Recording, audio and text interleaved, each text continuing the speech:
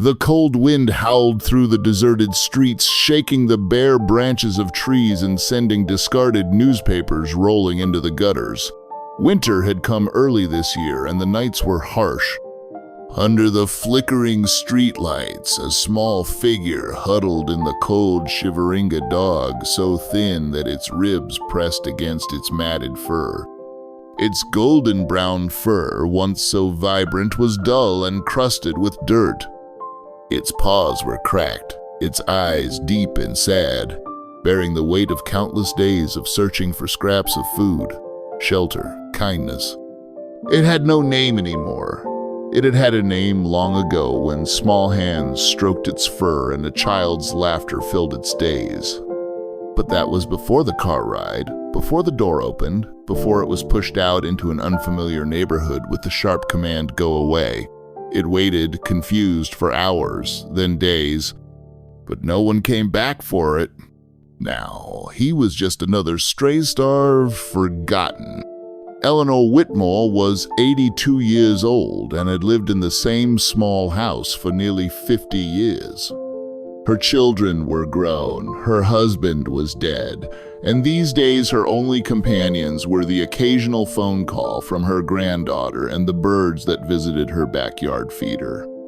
She had always loved animals, but after her old terrier Benny died 3 years ago, she had lost the courage to keep another one. That evening, as she pulled the blinds back against the cold, she saw him, a shadow of a dog, limping past her gate. She held her breath. He was so thin. Without thinking, she grabbed her coat and stepped outside. "Come here, boy," she called softly. The dog stiffened, its ears twitching. Its black eyes stared into hers, alert but desperate. She hurried inside and returned with a bowl of leftover roast chicken. Placing it on the porch, she stepped back. For a long moment, the dog hesitated. Hunger won out. It crawled forward, head low, tail tucked, and devoured its food in seconds. When it was done, it looked up at her, as if waiting for her to shoo it away. Instead, Eleanor smiled. "Poor dog," she whispered. "You're safe now." It didn't come in the house that first night, or the second. But Eleanor left food outside every night, and every night it crept a little closer. On the third night, when the snow began to fall, she left the door ajar, and the smell of warm broth wafted out. She sat in the rocking chair, pretending not to look as it hesitated in the doorway. Then, with a soft whine, it stepped inside.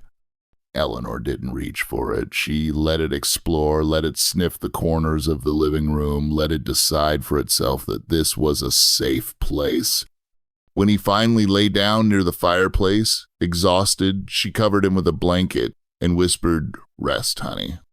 The vet confirmed what Eleanor had suspected: malnourished, dehydrated, with an old leg wound that had not healed properly. But with time, food, and care, he would recover. "What's his name?" the vet asked. Eleanor looked at the dog, who was now looking at her with quiet devotion. "Samson," she said softly, "because he's survived a lot." Samson thrived under her care. His fur became shiny, his eyes bright. He followed her everywhere from the kitchen to the garden, always gentle, always grateful. At night, he slept beside her bed, his steady breathing a comfort. Months passed. Samson gained weight, learned to play again, and even made friends with the neighbor's cat. But most of all, he loved Eleanor. When her arthritis flared up, he would rest his head on her lap as if sensing her pain. When she fell asleep in the chair, he would nudge her gently as if to say, "Asterisk, I'm here, asterisk." One evening, as they sat together on the porch watching the sunset, Eleanor stroked his fur. "You know, Samson," she said, her voice full of emotion, "I thought I saved you, but really you saved me." Samson licked her hand, his tail flicking. He had been lost. She had been lonely. But now they were home. They had become inseparable friends in their warm, happy home.